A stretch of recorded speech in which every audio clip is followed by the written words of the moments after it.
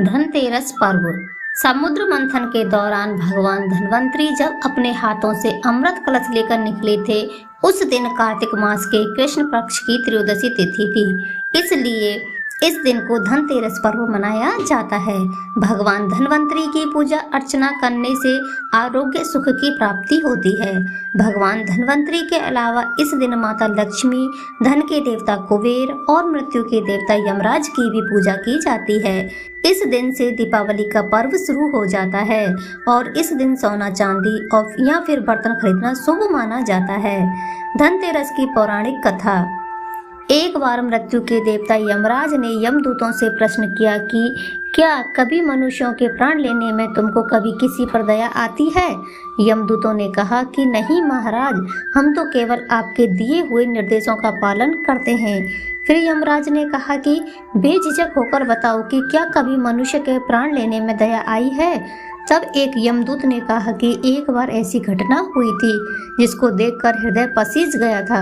एक दिन हंस नाम का राजा शिकार पर गया था और वह जंगल के रास्ते में भटक गया था और भटकते भटकते दूसरे राजा की सीमा पर चला गया। वहाँ एक हेमा नाम का शासक था। उसने पड़ोस के राजा का आदर सत्कार किया। उस दिन राजा की पत्नी ने एक पुत्र को जन्म भी दिया था।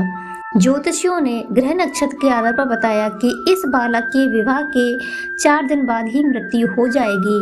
तब राजा ने आदेश दिया कि इस बालक को यमुना तट पर एक गुफा में ब्रह्मचारी के रूप में रखा जाए और स्त्रियों की परछाई भी वहां तक नहीं पहुंचनी चाहिए। लेकिन विधि के विधान को कुछ और ही मंजूर था। संयोगवश राजा हंस की पुत्री यमुना तट पर चली गई और वहां राजा के पुत्र को देखा। दोनों ने गंधर्व विवाह कर लिया। विवाह के 4 दिन बाद ही राजा के पुत्र की मृत्यु हो गई। तब यमदूत ने कहा कि उस नवविवाहिता का करुण विलाप सुनकर हृदय पसीज गया था। सारी बातें सुनकर यमराज ने कहा कि क्या करें, यह तो विधि का विधान है और मर्यादा में रहते हुए यह काम करना पड़ेगा।